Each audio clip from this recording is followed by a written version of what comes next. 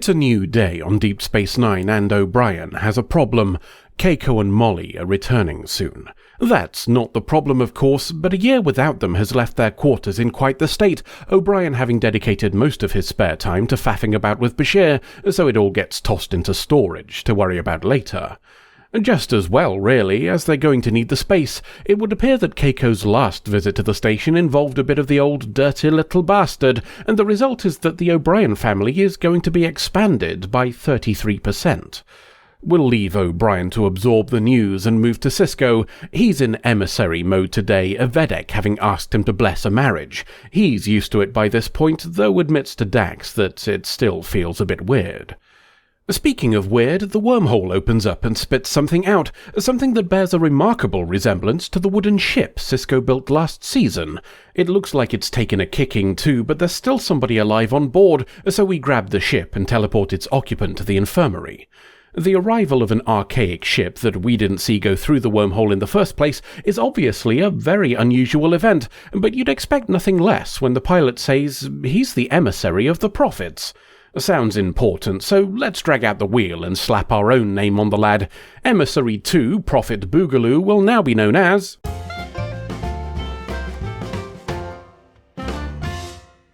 Bro Sexy Clan, offered by Admiral Minomai Technion. Bro Sexy Clan here says he's had a bit of a fucko boingo when he was pootling about in his wooden spaceship and got injured. Imagine his surprise when a swirly thing opened and he got pulled in, but he soon realised it was the prophets themselves saving him. They spoke to Bro Sexy Clan through people he knew, an experience similar to Cisco's. Then they healed him up and farted him back out. Slight problem, it would appear that he set off a couple of 100 years ago, which is obviously a bit of a shock to him. That means everybody he ever knew, including his wife, carked it quite some time back. On the plus side, the intervening years have been kind to him in other ways. He's a poet, you see, and now considered one of the best who ever lived, to the point where even the former resistance fighter of an occupied world knows his name. Curiously, he knows Kira's too, or at least her family name. Back in the old days, Bajor had a caste system, and the Kira family was a member of the artist caste. That she's in the military leads to mention of the occupation, and Bro Sexy Clan acknowledging that he has quite some catching up to do. Cisco's in a good mood. All the prophecies about the emissary fit Bro Sexy Clan. Well, okay, maybe not all, but a lot of them. I mean, alright, those prophecies also fit him, but that's the point of prophecies, isn't it? Either way, Cisco's not going to be lumbered with this emissary malarkey from now on, and that should suit everybody. The Bajorans get an emissary that they can all agree on, Starfleet gets an officer that can focus on his job again, and he gets to avoid all of this unpleasant attention. Speaking of attention, the DS9 rumour mill has got hold of the news about O'Brien. Bajor wants to congratulate him properly and takes him for a drink, which gives O'Brien the chance to be honest about how he feels. He does want another kid, and he and Keiko were talking about trying, but he thought that he might get a bit more time with his wife now that Molly's growing up, and maybe have another kid a bit later. That another baby now would also mean less time to see anybody else is purely coincidental, I'm sure, and off he goes back home to be the family man. Other people are instead gathering on the promenade. Bro Sexy Clan, replacement emissary of the prophets, is going to give his first speech. Kira's there to see it, making Odo curious at how she could so quickly switch from knowing Cisco was the emissary to knowing this new guy is. An explanation that Faith doesn't require logic fails to convince him. That Faith might have taken a knock during the speech. Bro Sexy Clan says he's had a bit of a think and figured it all out. The prophets sent him here, long after his own time, as a healer. The occupation left their entire race fractured, forced to abandon their caste system, and he's here to repair that damage. People choosing their own path is against the will of the prophets, you see, so it's time to return to the old ways, when nobody had to worry about silly little things like self-determination.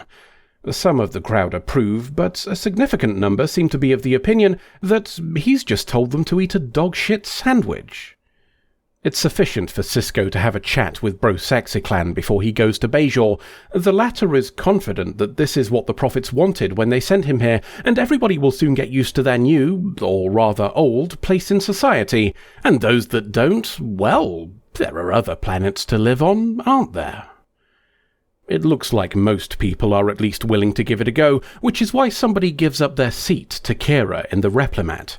Kira's a higher caste, you see, so she's more important. She's not entirely comfortable with the situation, feeling her preferential treatment is undeserved. The edict came straight from the emissary himself, though, and the prophets must have a reason for him to command it, so all faithful Bajorans must obey. Cisco's not comfortable with it either, it seems, hence him waking from a disturbed sleep.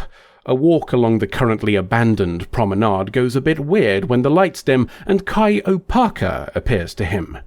She asks him who he is, not because she doesn't know, but because she believes he doesn't, before buggering off when the lights come back. It's an orb shadow, apparently, which is a fancy term for post-vision hallucinations, according to Bajor. The Bajorans think they only happen when somebody is ignoring what they've previously been told by the prophets in a vision, but Bajor can dope him up with brain juice to prevent any more. Perhaps it's just the difficulty adapting that everybody else is having too. Kira's struggling to be an artist, though the Vedek from earlier thinks it's because she's not yet fully embraced the new way.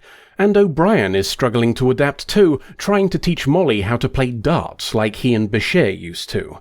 It's not the same though, and he finds himself missing his holosuite twink time. Even Starfleet is struggling to adapt. Cisco assumed they'd be delighted about him not being the emissary anymore, but this new one has put Bajor on a path that precludes Federation membership, and that was literally the job Cisco was put here for. His mood isn't helped when Kira tells him that he's going to need a replacement for her. She intends to resign and move back to Bajor so she can focus on making slightly less shitty sculptures. Bashir's tried to find a replacement too, Morn making a particularly poor stand-in for O'Brien. The real thing pops into the bar to see how Bashir's doing, and they both have a moment lamenting what they've lost before O'Brien has to get back home to the family. Still, at least they're having a better day than the dead monk on the promenade. He fell from the upper level, though fell is a quite generous description when the Vedek from earlier admits to having pushed him.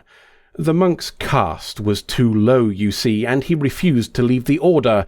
Killing him was the will of the prophets, as told to them all by the new emissary.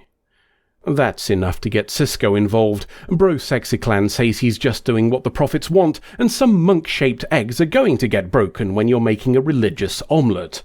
His attitude is the final straw for Cisco, and he decides that maybe he shouldn't have walked away from all this emissary business after all. Two emissaries both making a claim would likely mean civil war, though, and neither of them want that. Besides, there's no need. Bajor is in the unique position of being able to pop over and ask their gods directly, so that's what we're going to do. Into the wormhole we fly in a mega shuttle and wait for a response. The prophets recognize the Cisco by name, though refer to Bro Sexy Clan as the one who was injured. That doesn't deter him, and he launches into a bid to prove he's the emissary.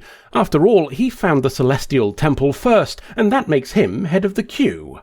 The thing is, the prophets operate outside of linear time. The concept of first is irrelevant to them, though the Cisco did explain that things from the past are over. Things like the caste system, for example. That throws Bro Sexy Clan, and he asks why he was saved and returned, if not to be the emissary. The answer is to make the Cisco accept his role. Bro Sexy Clan having his claim comprehensively pissed on makes him think they shouldn't have bothered saving him, which feels like a bit of an ungrateful sentiment to share with your gods. They're willing to oblige, but Cisco instead suggests that he be returned to his own time. They do so, and he disappears, leaving Cisco with a prophet speaking through Opaka. In response to his questions, she tells the Cisco only that he is of Bajor, then spits him back out to ponder the meaning. O'Brien's restless. Molly's in bed and Keiko's working, so he's got nothing to do.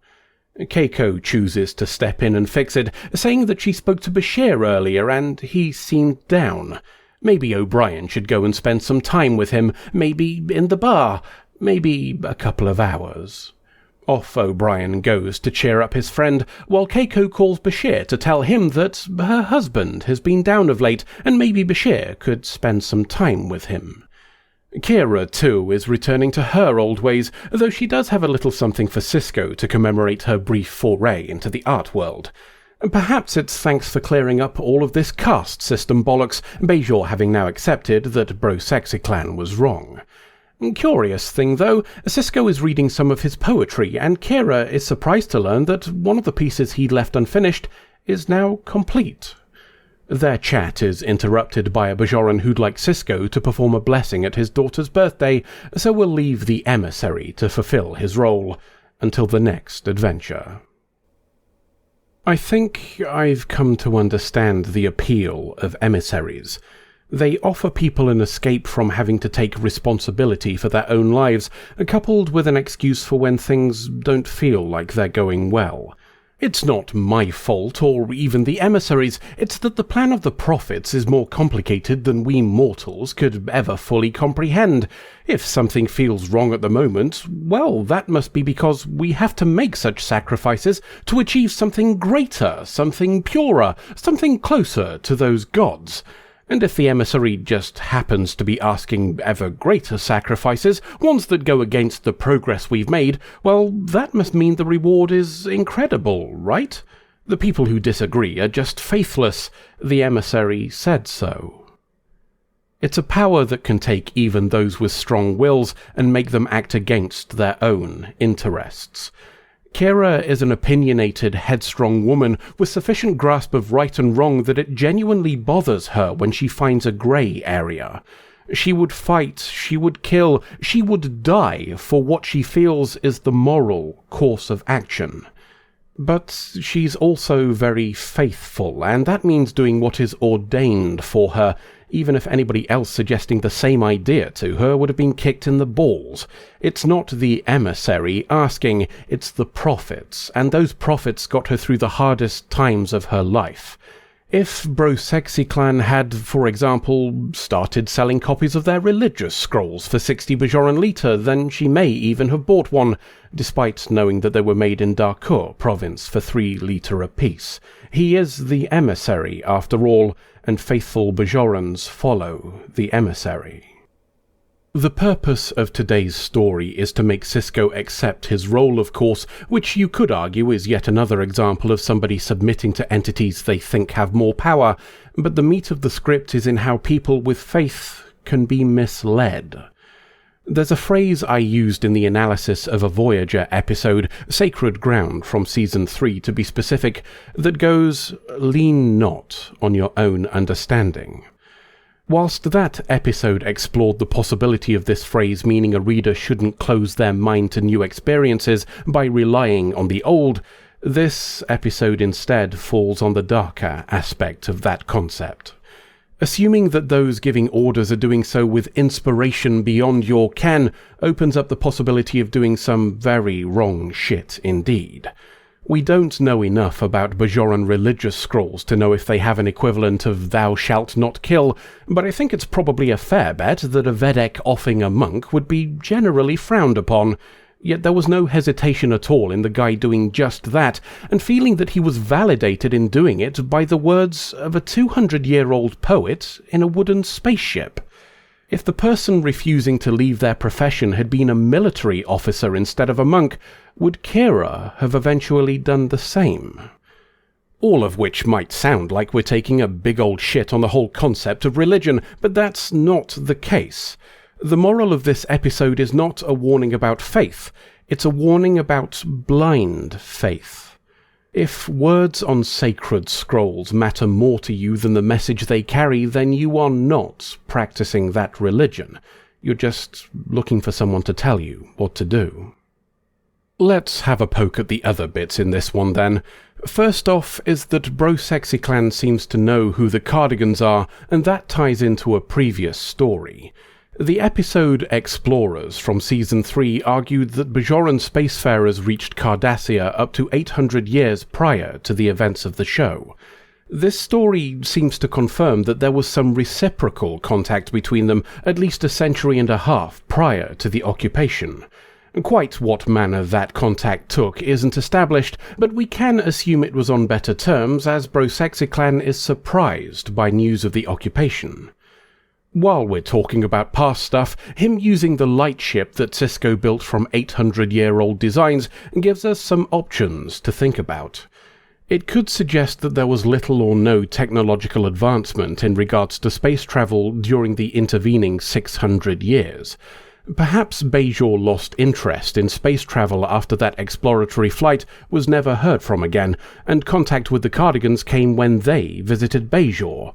The arrival of an alien species on Cardassia would certainly have been sufficient reason to start research into spaceflight, and it's possible the Cardigans leapfrogged Bajoran tech to achieve powered FTL travel before them, even if Bajor was technically the first to make the journey. The question does have another possible answer, though. I personally think the more likely option is that Brosexiclan was as daft as a brush, and like Cisco, simply wanted to fly around in a wooden barrel instead of whatever tech they had at the time. Bajorans being a species with multiple colonies certainly suggests that they had more than small solar sail ships by the time the invasion went down.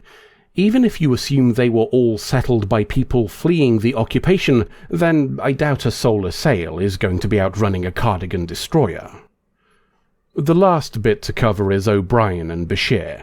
Keiko's return shows us how close the two have become, to the point where they both miss each other despite O'Brien having his family back.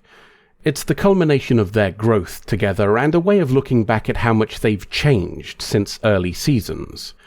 It's also a comment on a healthy life being a balanced one. O'Brien seems of the opinion that just because his family is back, he has to spend every spare second near them, and that's not necessarily a good thing for any of them.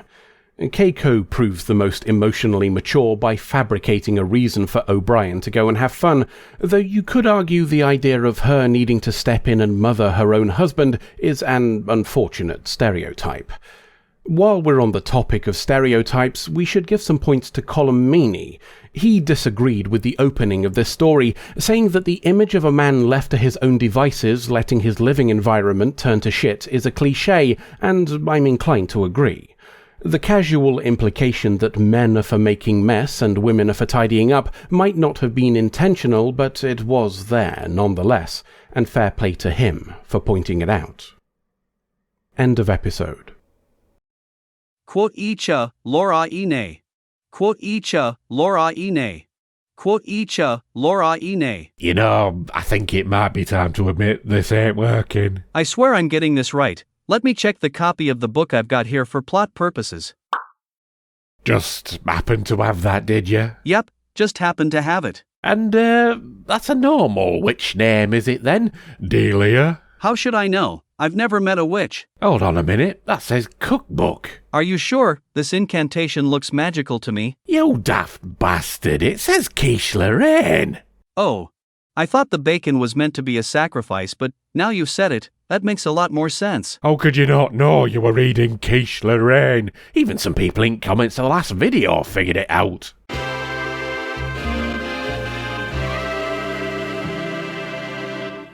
Fucking nerds. To be fair, the computer of a starship wouldn't have a particularly pressing need to understand what quiche Lorraine is. Anyway, I thought you said you knew this were a magic book. I said all indications pointed to it being one. Now, I'll admit some of that was a bit hazy, but there was this thing called World War III, and that kinda messed with a lot of records. Oh, for Christ's sake, woof.